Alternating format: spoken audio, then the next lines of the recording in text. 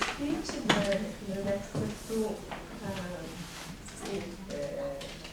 two colleagues from the University of Genova, Elisabetta Robotti and Alessandra Poscola, and they talk about inclusive education, learning loss and implicit dropout, how to read the relationship.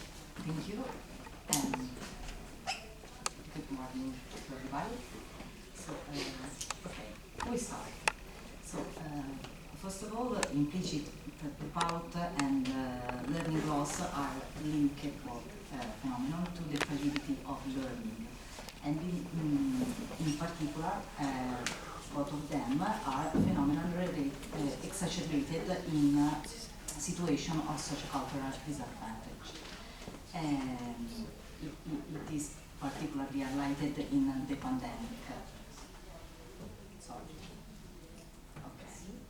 Okay. In our intervention, the lens through which we want to see this phenomenon is to investigate the relationship with the learning opportunities of students, but limited to the school context, and then what might be the teaching or learning to be promoted to counter this phenomenon.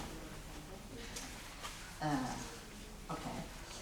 Although the 2024 results are encouraging generally, it's also true that limited to the context of sociocultural disadvantage, there is not the same trend. So another things that we have to consider is that, as Richie pointed out, if the elements that the origin of this phenomenon is not to be considered only in the end of the secondary school, obviously, but originates from far earlier, and then the elements that contribute to dropout begin to manifest as early in the primary cycle. And moreover, the intervention need to be when they can be most successful, and so not limited to the secondary school level. In particular, we refer to mathematics, and okay, implicit dropout is linked to a lack of effectiveness in the discipline, and then it becomes crucial to intervene at the first signs of the emergence of the difficulties in math, if not even before they are detected. And this is the situation at the primary level, so it's not so encouraging in this sense. Okay. Then preventing and contrast what we can call the early school implicit dropout has become a priority, especially in mathematics, and particularly looking at students in disadvantaged background. So the question is now how we can do it, how we can design an appropriate teaching and learning faced to this phenomenon.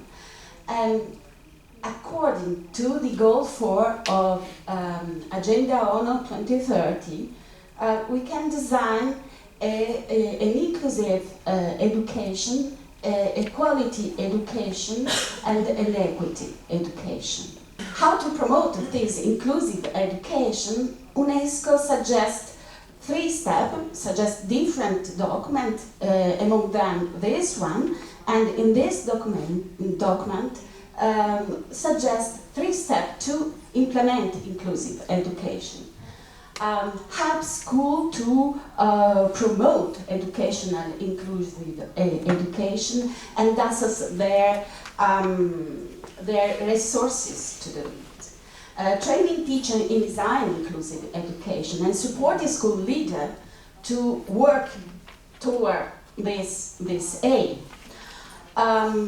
Obviously, we are most interested in the second one, but in order to promote this idea, we need a new perspective. A new perspective, I mean, we have to consider diversity in terms of opportunities, and we have to design inclusive education in order to adapting context to respect differences rather than compensating a deficit to fill a gap.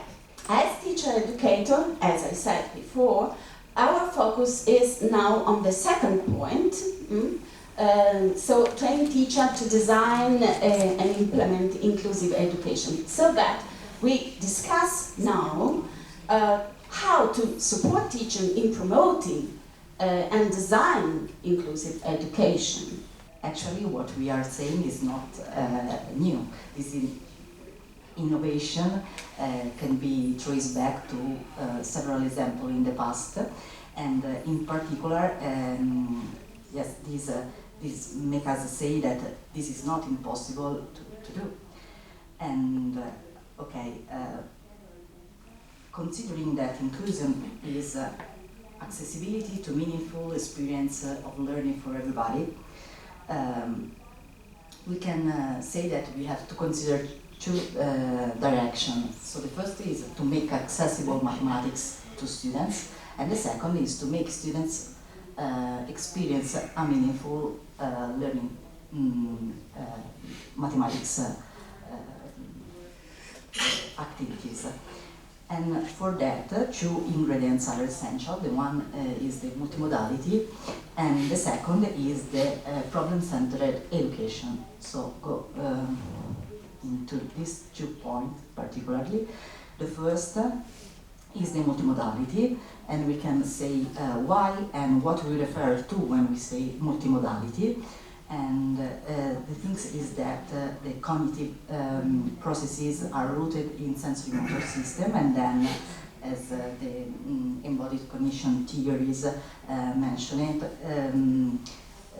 the cognitive processes are multimodal activities, in particular mathematics activities are multimodal, and what we want to say is that the different modalities are activated simultaneously. So doing, seeing, moving, touching, or things like that are essential components for developing the mathematical thinking. With regard to the second part, the problem-centered education, what we want to say is what Ariel called the necessity principle. So the thing is that for students to learn is essential that they experience, they must have a need, an intellectual need for the things that we want they learn. And shortly to give an example of this, if we want students to learn measure and the sense of measure, like the measurement of length for instance, a starting activity may be to putting them in an authentic situation when they can experience the need of measurement. The problem situation may be to consider to create a provoking situation, like in a game, capturing the flag, ruba bandiera, in Italian. So, yeah. So the teacher may suggest that students bringing the flag maybe mirror one of the team more than the other, and students obviously before starting the game require a fire situation to start, and that first situation is a situation when no one of the teams is at disadvantage in this sense. So the teachers provoke students in this sense, and they try to solve this authentic problem. In this sense, they say that the students with the flag has to be in the middle, but the middle means at the same distance of both, so dividing into two equal parts the space between the two teams.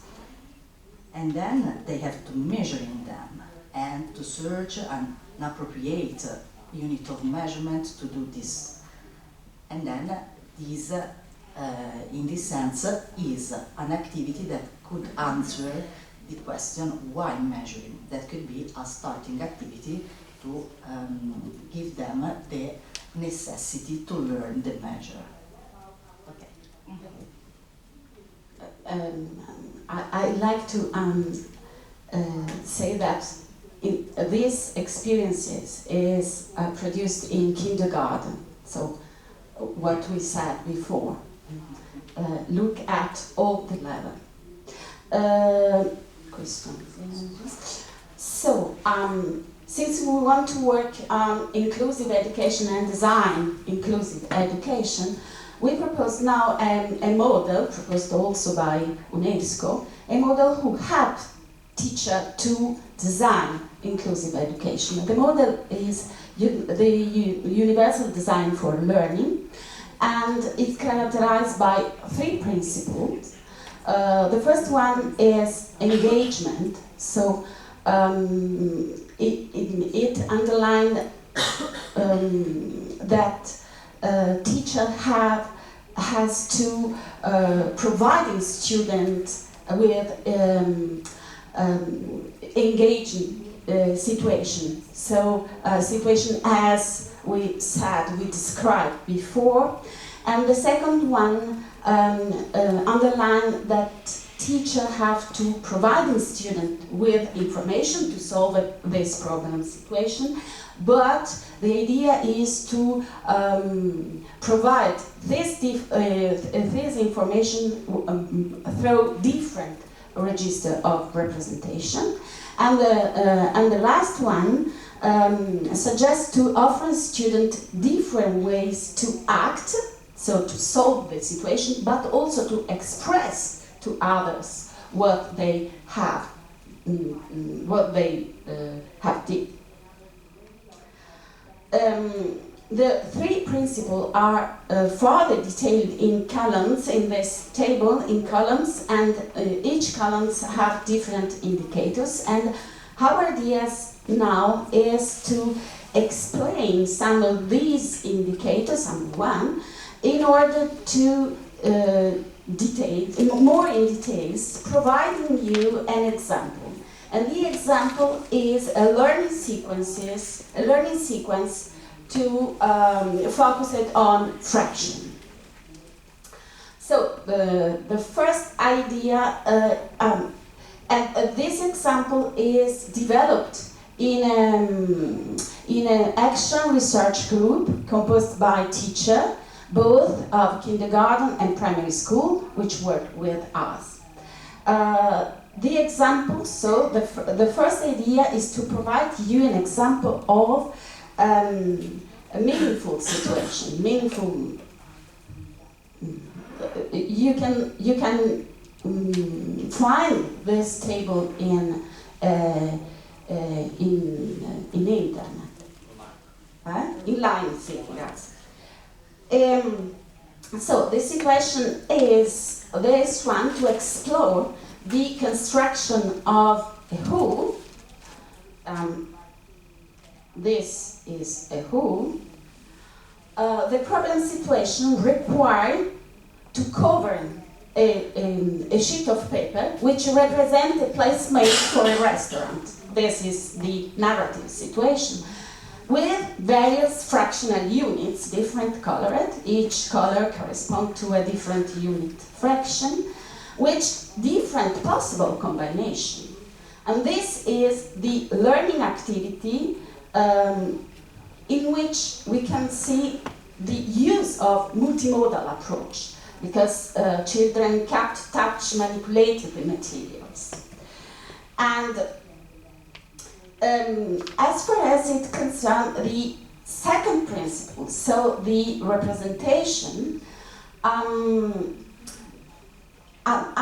want to focus on the need to provide useful information for solving a task through different representations. So not only symbolic representation, for instance, which is the most used in mathematics.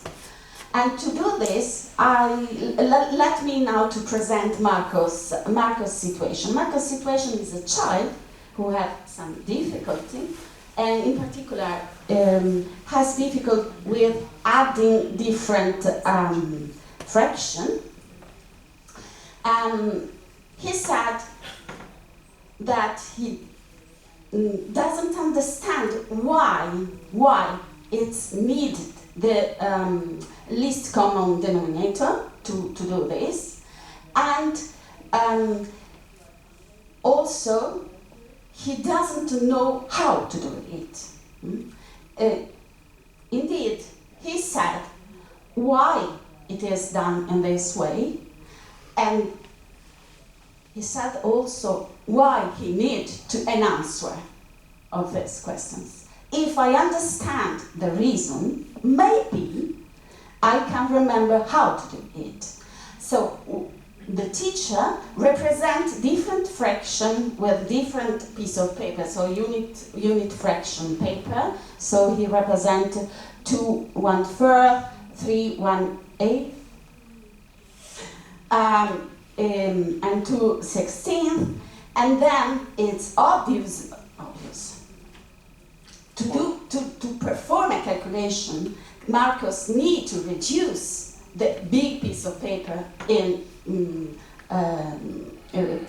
little piece of paper. So he reduced all the piece of paper in 16th, and then he calculates and sum up. So what I want to do here, Marcos will not use the piece of paper in the future when he had to perform this kind of calculation, but he can remember these experiences to recall the procedure, which is the most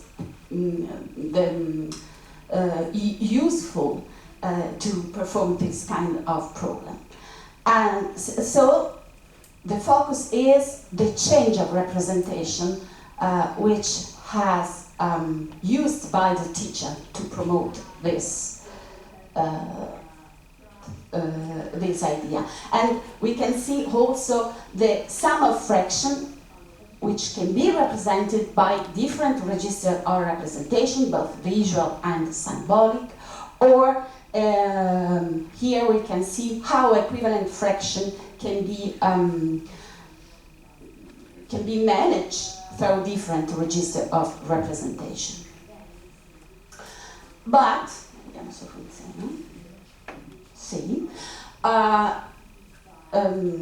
Concerning the last principle, so provide different means of action and expression, we can see that the manipulation is essential to construct mathematical meaning. And I mean manipulation of concrete tool, concrete manipulative, but also, so that the idea is to promote different way to act both to construct reasoning, so to construct solution, but also to express to others the solution. In this last image, we can see how a student we have has difficulties in math, expressed the solution of the task or the fraction on the number line using tool developed in the previous situation, using not exclusively a symbolic representation, and act with different tool. Okay, so concluding, our presentation focuses on mainly implicit dropout, and the idea is to link an instrument, a tool for the design and promotion of inclusive education. So how they are linked in our research. To address the implicit dropout, it is essential to tackle the issue of fragile learning. And in this sense, what we want to say is that starting from primary school and even earlier in preschool, we believe that an answer could be to promote an inclusive approach as an effective way to forward the issue of reduce the fragile learning. And their hypothesis is that this is true because it can promote a long-lasting learning and can be then a foundation to prevent implicit dropout, but in the meantime also learning loss, because they are linked to this particular phenomenon. But going deeper, what we need is to promote an accessible, the two direction, accessible and meaningful teaching and learning for everyone. And I want only to emphasize the fact that in the previous slide we say long-lasting learning, referring to knowledge in general, but what we want to emphasize is that the teaching and learning is a way of teaching and learning that is more than the knowledge, and in this sense we think that we have to start from early childhood in this sense, before detect that there are difficulties in tests and so on in primary school. And the other idea is that we want this for everyone, considering that the inclusion is essential for equity, and then in particular is relevant in disadvantaged socioeconomic context. We not focus only on this context, but we think that is mainly important in this context. And the idea is that to the accessible or in meaningful experience, because students that are in other kind of context can see the meaningful experience of what we learn in school outside the school. And students that are in disadvantaged socioeconomic context have to experience meaningful experience in school. And then we have to focus on this necessity principle inside the school, because it's not the outside that can provoke this kind of needing. And it's all.